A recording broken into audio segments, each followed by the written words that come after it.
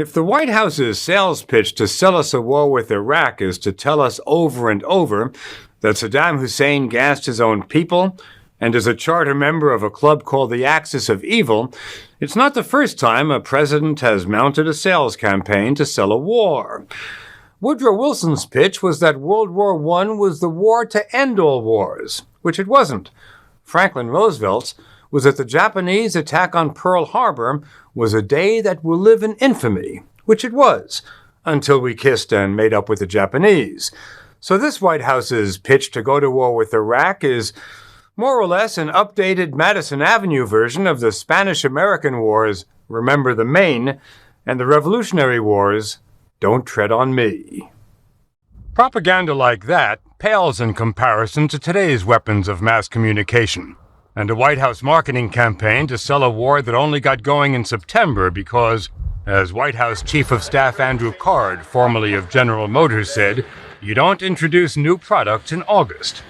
Harper's Magazine publisher John MacArthur, who wrote a book about the first Bush administration's selling of the first Gulf War, says he understands exactly where Andrew Card was coming from. You don't introduce a new product in August. You introduce it in the fall, which is the first quarter selling season for the car companies. And the new product he was referring to was a new policy about Iraq, which was about invading Iraq. About invading Iraq. You don't push that in August. You don't push that in August. Nobody's watching. Nobody's watching. You got to sell it in September, along with the new model year cars. The first Bush administration began mobilizing for war against Iraq after Saddam invaded Kuwait. That was a violation of international law, and a good reason to go to war, perhaps. But according to MacArthur, not a good enough way to sell it. They had to sell the American people with something more spectacular and something more gruesome. And this is what they found. They took the babies out of the incubators. Took the incubators and left the children to die on the cold floor. She was known only as Naira, and she provided gruesome accounts of Iraqi brutality in Kuwait to Congress and to the United Nations just before both bodies voted to go to war with Iraq. The incubators. The baby incubator story became the war cry of the Bush administration. Babies pulled from incubators and scattered like firewood across the floor. There was only one problem with the story. It wasn't true. No babies were pulled from incubators in Kuwait City hospitals, but at the time, everyone believed the story. MacArthur, who broke the story, established that Naira was actually the Kuwaiti ambassador's daughter, and that she'd been coached by the Kuwaiti royal family's American PR firm, Hill & Knowlton. That was 12 years ago. But this September, with the kind of fanfare accompanying the launch of any new product, the president hit the campaign trail to make the case for waging war against Saddam. This is a man who has gassed his own people, used weapons of mass destruction on his own citizens. They've gassed their own people with weapons of mass destruction. He gassed his own people with weapons of mass destruction. It's generally assumed that Saddam does have chemical and biological weapons, but is he also on the verge of producing a nuclear bomb, as the president says he's tried to do in the past? I would remind you that when the inspectors first went into Iraq and were finally denied access, a report came out of the IAEA that they were 6 months away from developing a weapon. I don't know what more evidence we need. There is no such report as far as I know. Physicist David Albright was a weapons inspector in Iraq during the 1990s and now directs a Washington think tank called the Institute for Science and International Security.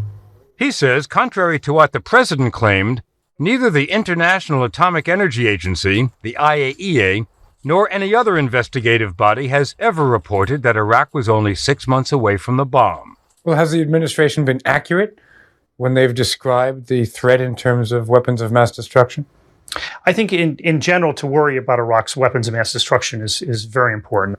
I think where I differ with them is the imminence of the nuclear threat. Why do you think the Bush administration has been exaggerating? Well, what I worried about, and this is why I personally got involved and why my institute got involved, is that we always fear that a government will use the nuclear card to increase support for a policy of, in this case, invasion of Iraq.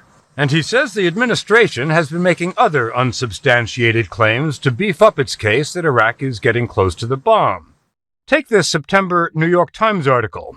Anonymous administration officials were quoted as saying that Iraq was trying to import aluminum tubes.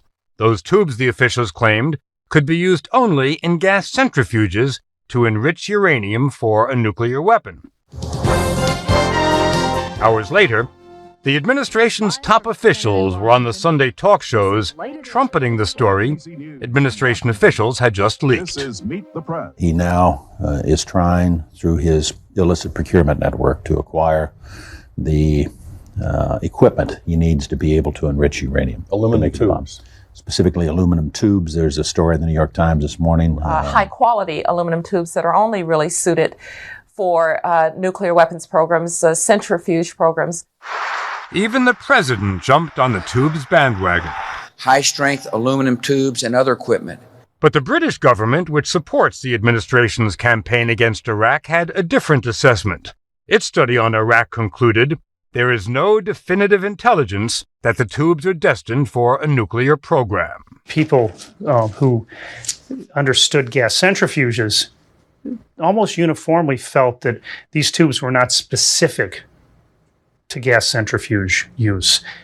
In fact, he says, even the U.S. government's weapons experts think the tubes are more suited to conventional military applications. It seems that what you're suggesting is that the administration's leak to the New York Times regarding aluminum tubes was misleading?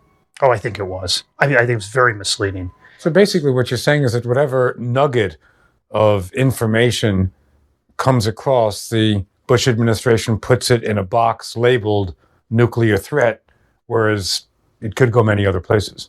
That's how it looked, and that they were selectively picking information to bolster a case that the Iraqi nuclear threat was more imminent than it is, and in essence scare people. But the administration isn't just marketing an American war against the state of Iraq. It's trying to sell the Muslim world on the notion that the Americans are not the bad guys in the Middle East. That's why the State Department recruited Madison Avenue's Charlotte Beers to manage its account.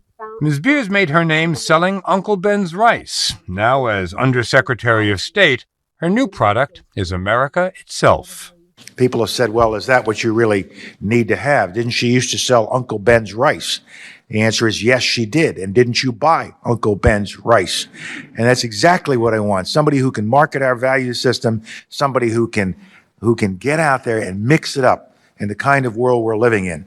Ms. Beers has produced a series of advertisements, $15 million worth, aimed at convincing the Muslim world that the war on terror and Iraq is not a war against Islam. My name is Abdul Hamouda. I'm the owner of Tiger Lebanese Bakery, located here in Toledo, Ohio. Hi, I'm Devianti Farid. I'm a master's student majoring in broadcast journalism at the University of Missouri. In the ads, Muslim Americans talk about how good they have it in the USA. I've never gotten disrespected because I'm a Muslim. But most of the Muslim countries targeted by the ads have refused to run them. And Pakistani diplomat Hussein Haqqani, a visiting scholar at the Carnegie Endowment for International Peace, says the ads are selling the wrong product. If the US objective was to promote immigration to the United States, then these are great ads. You are telling them you can be Muslims, you can practice your religion, and you can still live in the US happily. I think any Madison Avenue person would know that if they are told to prepare a campaign for the wrong product, then there would be a problem. The product is the United States. The product is the United States policy, not the United States. Because the United States does not have a problem. The United States does not have a problem. US policy does. And how do you tackle that?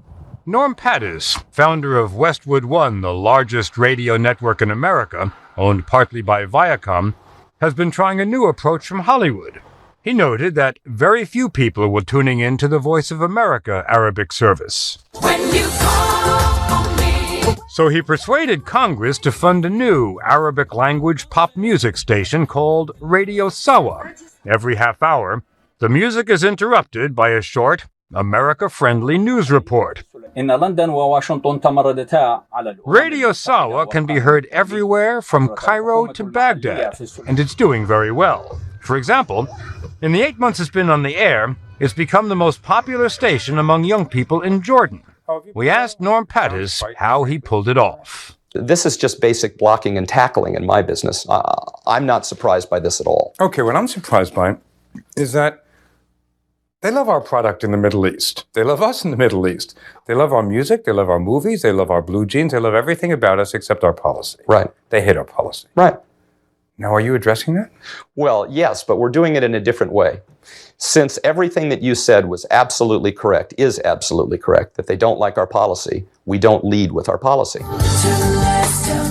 So he leads with music, but that doesn't make the policy go away. And while some in the Middle East understand America's war on terror, they don't see what that has to do with invading Iraq. The administration has been trying to make a link to implicate Saddam Hussein in the attacks of September 11.